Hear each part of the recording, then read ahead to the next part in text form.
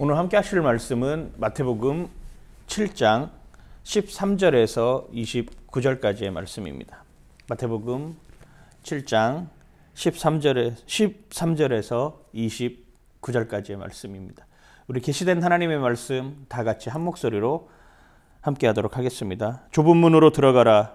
멸망으로 인도하는 문은 크고 그 길이 넓어 그리로 들어가는 자가 많고 생명으로 인도하는 문은 좁고 길이 협착하여 찾는 자가 적음이라. 거짓 선지자들을 삼가라. 양의 옷을 입고 너희에게 나아오나 속에는 노략질하는 일이라.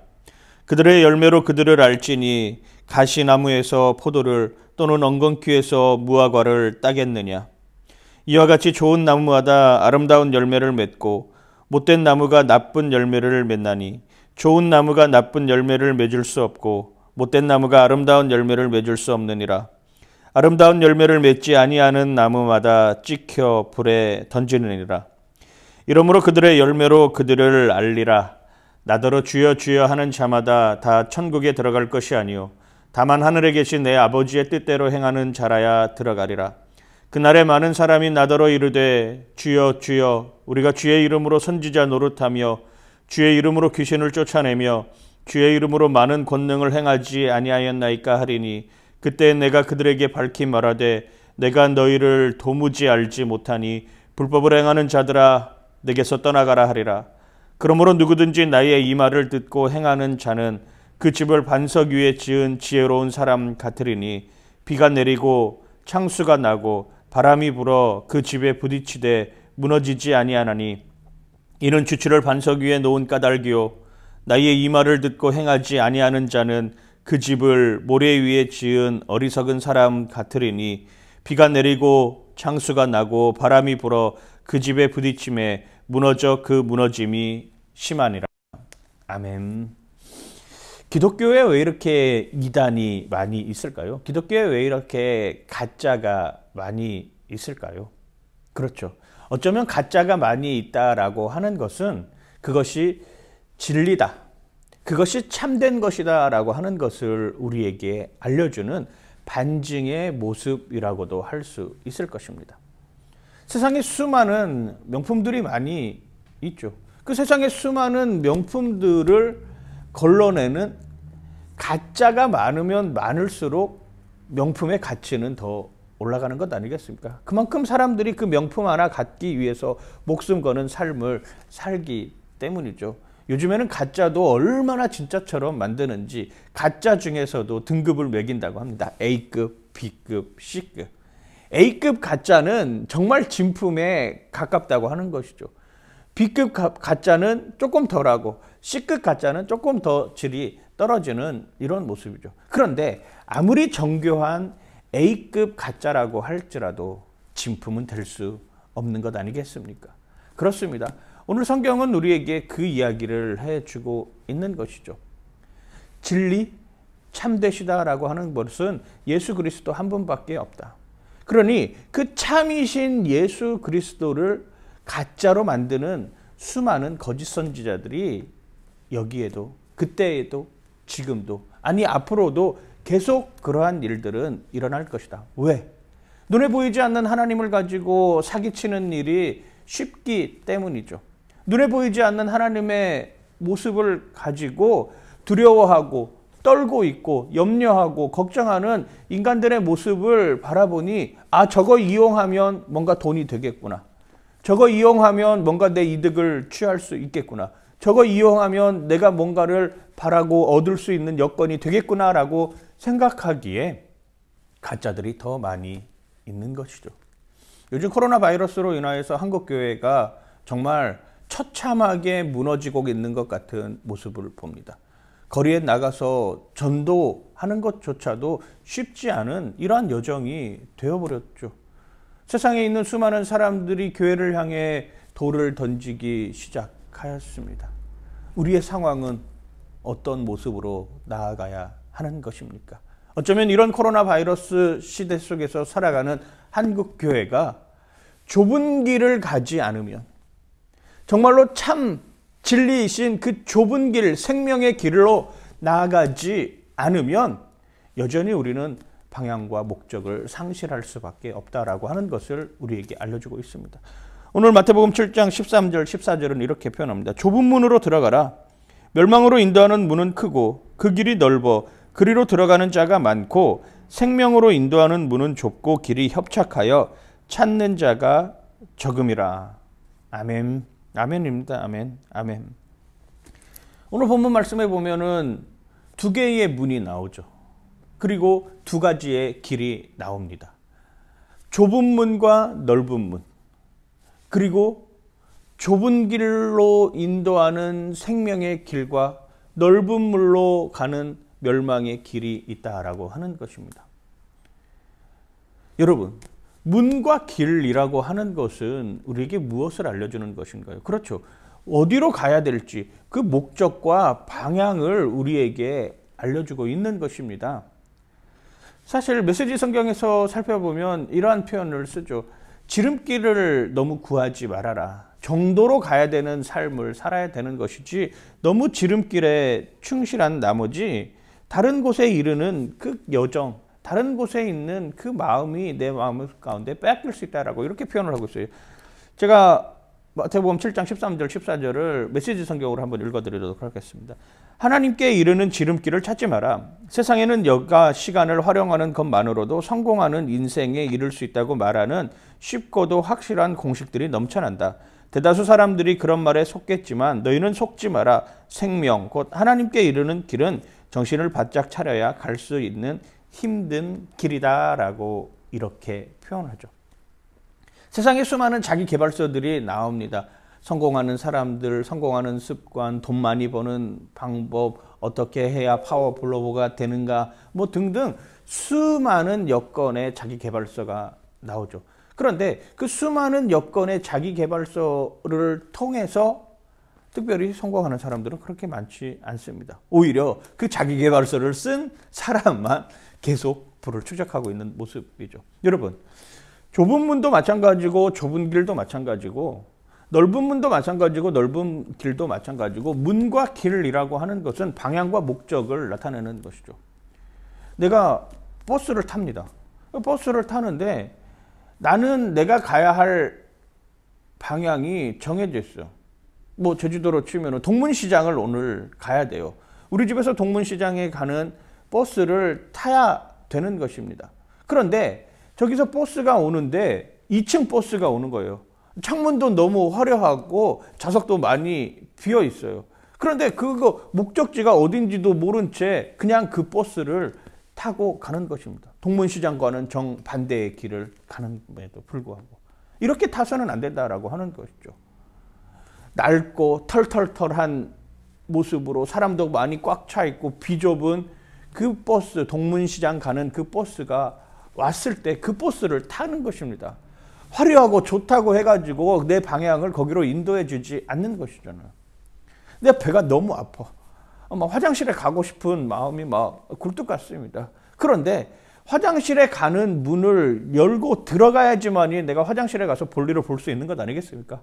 그런데 배가 너무 아픈데 그 배가 너무 아픈 것하고는 상관없이 내 안방 문을 보니까 안방 문은 좋아. 막 장식도 달려 있습니다. 뭔가 색깔도 달라.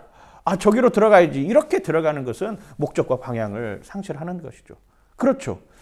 예수 그리스도께로 나아가는 길, 하나님께로 나아가는 길은 예수 그리스도밖에 없다라고 하는 거 우리 성경을 능히 아는 거예요. 내가 곧 길이요 진리요 생명이니 나로 말미암지 않고는 아버지께로 올 자가 없느니라라고 분명하게 말씀하고 있는 것이죠. 그 길로 가야 되는 것이에요.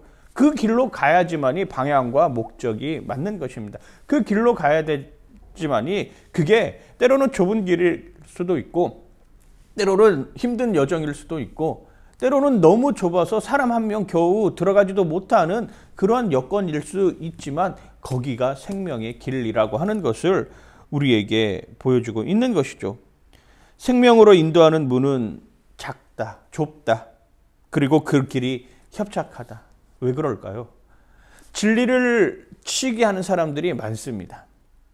진리를 지키는 데 있어서는 정말로 내 것을 많이 포기해야 되는 경우도 많이 있기 때문이죠. 진리를 쫓아가는 삶의 여정 가운데서는 내가 하기 싫은 일들도 생겨날 수 있기 때문이죠. 그러기에 좁다라고 느껴지는 것이죠. 그러기에 협착하다고 느껴지는 것입니다. 그러기에 가는 길이 불안하다고 느껴지는 것입니다. 그러나 그 길로 들어설 때 우리는 하나님께로 갈 수 있는 여지가 있다라고 하는 것을 여러분들 기억하시기를 바랍니다. 15절에서 20절까지 한 번 더 읽어보도록 하겠습니다. 거짓 선지자들을 삼가라. 양의 옷을 입고 너희에게 나오나 속에는 노략질하는 일이라.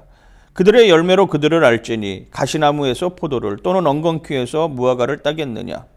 이와 같이 좋은 나무마다 아름다운 열매를 맺고 못된 나무가 나쁜 열매를 맺나니 좋은 나무가 나쁜 열매를 맺을 수 없고 못된 나무가 아름다운 열매를 맺을 수 없느니라. 아름다운 열매를 맺지 아니하는 나무마다 찍혀 불에 던지느니라. 이러므로 그들의 열매로 그들을 알리라. 이렇게 표현을 하고 있습니다. 거짓 선지자들에 대한 경고의 메시지를 보여주고 있는 것이죠. 거짓 선지자들을 삼가라. 그들은 너희들은 올무에 빠뜨리게 만든다라고 이야기를 합니다. 거짓 선지자가 언제부터 왔어요? 뭐 창조의 시대 때라고 하면 거짓 선지자가 사단이 될 수 있는 것이죠. 뱀이 될 수 있는 것 아니겠습니까? 거짓 선지자는 창조의 시기부터, 예수님 오실 때에는 거짓 선지자들이 없었나요? 아니죠. 예수님 오실 때에도 수많은 거짓 선지자들이 활동을 했던 모습들을 봅니다. 초기 기독교 유대 사회 속에서 가장 고민되었던 일들이 무엇입니까? 거짓 선지자들이 들어와 가지고 본질을 자꾸 흐려놓는 것입니다. 자꾸 신앙생활 하는 데 있어서 여건을 마련하지 못하게 만드는 그런 모습으로 서 있는 것이죠. 거짓 선지자들은 여전히 과거에도 지금도 앞으로도 계속 생겨날 것입니다. 한국에서 지금 코로나 바이러스로 인하여서 집단 감염이 발생을 하고 있는데 그때마다 꼭 등장하는 것이 무엇입니까? 이단이라고 치부하는 집단들, 이단이라고 여겨지는 그러한 곳들에서 계속 코로나 바이러스가 확산된다라고 하는 이런 모습들이 나타나는 것이죠. 한편으로 교회 입장에서도 보면은 너무 안타까운 현실이고, 그리고 교회도 그런 자정의 능력을 갖출 수 있는 여건들이 있어야 된다라고 하는 것을 오늘 우리에게 보여주고 있습니다. 세상 사람들은 교회를 지금 시기하고 질투하고 교회를 향해 돌을 던지는 이러한 모습들을 보게 되는 여건 속에서 우리는 지금 살아가고 있습니다. 이럴 때일수록 정말로 내 개인의 어떤 사상이라든지 아니면 사회 통념상의 어떤 철학 아니면은 대중들의 여론에 휩싸여서 살아가는 신앙인들의 모습이 되지 말아야 됩니다. 이때 거짓 선지자들은 계속 우리를 올가매고 거짓 선지자들은 계속 우리를 옥죄어 올 수밖에 없는 여건이죠. 우리의 신앙의 여정이 그런 것에 휩쓸리지 말아야 되는, 분별하는 게 참 쉽지 않습니다. 어려워요. 어떻게 분별합니까? 무엇으로 분별할 수 있고 무엇으로 나눌 수 있죠? 무엇이 우리를 그렇게 만들게 할 수 있는 것이죠? 참 녹록지 않습니다. 참 여건이 많지 않아요. 보세요. 거짓 선지자들을 삼며 양의 옷을 입고 너희에게 나오는 속에는 노략질 하느니라. 양의 탈을 쓰고 옵니다. 그 어떻게 분별하죠? 그 사람들이 정말로 헌신하고 그 사람들이 정말로 교회를 위해서 헌금도 많이 하고 그 사람들이 예배 참석하는 데 있어서 다른 사람들보다 더 많은 예배를 드리고 정말 경건한 모습으로 치자면 더 이상 더할 나위 없이 좋은 사람이고 착한 사람이고 나이스한 사람들인데, 그런 사람들이 결국에는 사람들을 선동하고 목사를 쫓아내고 교회를 분열하게 만드는 일들을 일삼는 것들이 얼마나 많이 있습니까? 그걸 어떻게 분별하겠습니까? 이걸 어떻게 알아요? 거짓 선지자들이 특징이 있어요. 첫 번째가 영혼을 빼앗아 간다라고 하는 것입니다. 하나님께로부터 영혼을 빼앗아가는 삶을 사는 거예요. 내 영혼이 거기에 목숨 걸게 만드는 거예요. 내 영혼은 예수 그리스도께 목숨 걸게 만드는 요소가 되면 되는 것이잖아요. 어쩌면 이 땅에 수많은 교회들이 그 본질을 잃어가고 있기에 세상으로부터 질타를 받고 있는 것일 줄도 모르겠습니다. 교회도 마찬가지죠. 정말 예수 그리스도께 내 영혼을 맡겨드립니다라고 하는 이런 모습으로 신앙생활을 해야 되는 것이죠. 그게 어떤 형태가 됐던 어떤 조직이 됐던 어떤 모양이 됐던 상관없이 예수 그리스도 없는 신앙의 모습들, 예수 그리스도 없는 교회됨의 모습들, 예수 그리스도 없는 구제의 모습들, 예수 그리스도 없는 사랑의 모습들은 결국 다 거짓 선지자라고 할 수 있는 것입니다. 거짓 선지자들의 첫 번째 특징은 영혼을 빼앗아 버린다라고 하는 것이죠. 우리의 영혼이 무엇에 머무르고 있는지, 우리의 영혼이 어떤 모습으로 나타나고 있는지, 우리의 영혼이 어떤 삶 속으로 잘 나가고 있는지 한번 유심히 살펴봐야 된다라고 하는 것입니다. 거짓 선지자들은 또 어떤 모습을 갖고 있습니까? 본인들 스스로 하나님을 다 직접 만났다라고 이야기를 하고 있습니다. 직통 계시를 받았다라고 이야기를 하고 있어요. 물론 과거에는 하나님이 직접적으로 아브라함에게도 마찬가지고 이삭에게도 마찬가지고 야곱에게도 마찬가지고 직접적으로 나타나셔서 직통 계시해 주시는 경우들이 있었습니다. 그러나 예수 그리스도 이후로 우리는 이 성경을 통해서 하나님을 만날 수 있는 것이죠. 사람들 가운데 직통 계시를 받았다라고 하는 사람들을 조심해야 되는 이유입니다. 나는 직통 계시를 받았기 때문에 너희들하고는 달라. 그러기에 너희들은 내 말을 들어야 돼 라고 이렇게 바뀔 수 있기 때문이죠. 위험한 일입니다. 그들이 영혼을 빼앗아 가버리는 것이죠. 그들에게 영혼을 빼앗겨서는 안 된다라고 하는 것입니다. 내가 뭘 봤어. 내가 뭘 만들었어. 내가 뭘 이루었어. 내가 뭐 이런 고침을 받았어 라고 하는 이런 것들에 대해서 조심해야 된다라고 하는 것이죠. 그런 것들에 대해서 더 조심해야 된다라고 하는 모습입니다. 정말 진정으로 예수 그리스도를 사랑하는 마음으로 그런 일들을 하고 있는지 한번 점검해 보아야 된다라고 하는 것이죠. 양의 옷을 입었다고 해가지고 다 선지자가 아닙니다. 얼마나 잘 갖춰 입고 얼마나 나이스한 모습으로 얼마나 자기관리 철저히 하면서 지내고 있는데요. 분별할 수가 없어요. 정말로 그의 삶이 말씀대로 하고 있느냐, 정말로 그의 설교가 말씀대로 살아내려고 발버둥 치고 있느냐, 그 모습을 봐야 된다라고 하는 것이죠. 화려할수록 거짓에 가까울 수 있습니다. 겉모습도 너무나도 화려하고 몸에 너무 치장하는 것도 화려하고 너무 화려한 나머지 그 화려함에 속아서 내 영혼을 빼앗기지 않게 되기를 주님의 이름으로 간절히 축원합니다. 열매를 보면 나와요. 선한 일을 한다고 하는데, 하나님을 직접 만났다고 하는데 그 삶 속에 들어가 보니 가정이 다 파탄나고 있습니다. 선한 일을 한다고 하고 구제하는 사업을 한다고 하는데 정작 그 안으로 들어가 보니 사랑이라고 하는 것은 없고 이권밖에 남지 않았다라고 하면 거기가 거짓 선지자들이 활동하는 곳이구나라고 여겨질 수밖에 없는 것이죠. 우리는 그런 헤게모니 싸움 속에 여전히 노출되어 있는 삶을 살아가고 있는 것이죠. 그 열매는 반드시 멸망으로 인도하는 열매가 될 수밖에 없다라고 하는 것을 우리에게 여실히 보여줍니다. 그래서 21절, 22절에 이렇게 표현하지 않습니까? 나더러 주여 주여 하는 자마다 다 천국에 들어갈 것이 아니요 다만 하늘에 계신 내 아버지의 뜻대로 행하는 자라야 들어가리라. 로마서 2장 13절 말씀에 보면 이렇게 표현을 하고 있습니다. 로마서 2장 13절입니다. 하나님 앞에서는 율법을 듣는 자가 의인이 아니요 오직 율법을 행하는 자라야 의롭다 하심을 얻었나니. 듣고 말하는 것은 누구나 다 할 수 있습니다. 그러나 그 듣고 말한 것을 어떻게 내가 삶으로 실천하면서 살아간다라고 하는 것은 대단히 다른 길이죠. 이게 좁은 길입니다. 누구나 다 들어요. 지금 세상에서 말씀 듣지 않는 이런 여건은 없어요.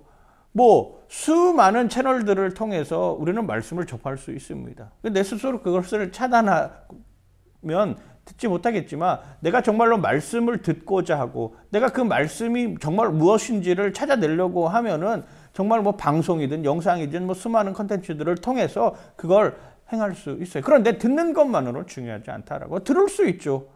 자면서도 들을 수 있고 누워서도 들을 수 있고 밥 먹으면서도 들을 수 있고 내 일상의 모든 것 가운데 다 들을 수 있는 여건이 있죠. 그런데 그 듣는 것으로 그치는 것이 아니라 정말로 나는 그 일상에서 그러한 삶을 살아내고 있느냐, 그러한 삶으로 살아내려고 발버둥 치고 있느냐, 하나님께 물어봐야 된다라고 하는 것입니다. 그날에 많은 사람이 나더러 이르되 주여 주여 우리가 주의 이름으로 선지자 노릇하며 주의 이름으로 귀신을 쫓아내며 주의 이름으로 많은 권능을 행하지 아니하였나이까 하리니. 능력도 있어요. 기사도 있습니다. 이적과 표적도 나타나기 있습니다. 병고침도 받았어요. 내가 정말로 잘 돼서 돈도 많이 벌었어요. 내 자녀들이 승승장구하여서 좋은 직장에 취직하고 잘 사는 모습들도 보입니다.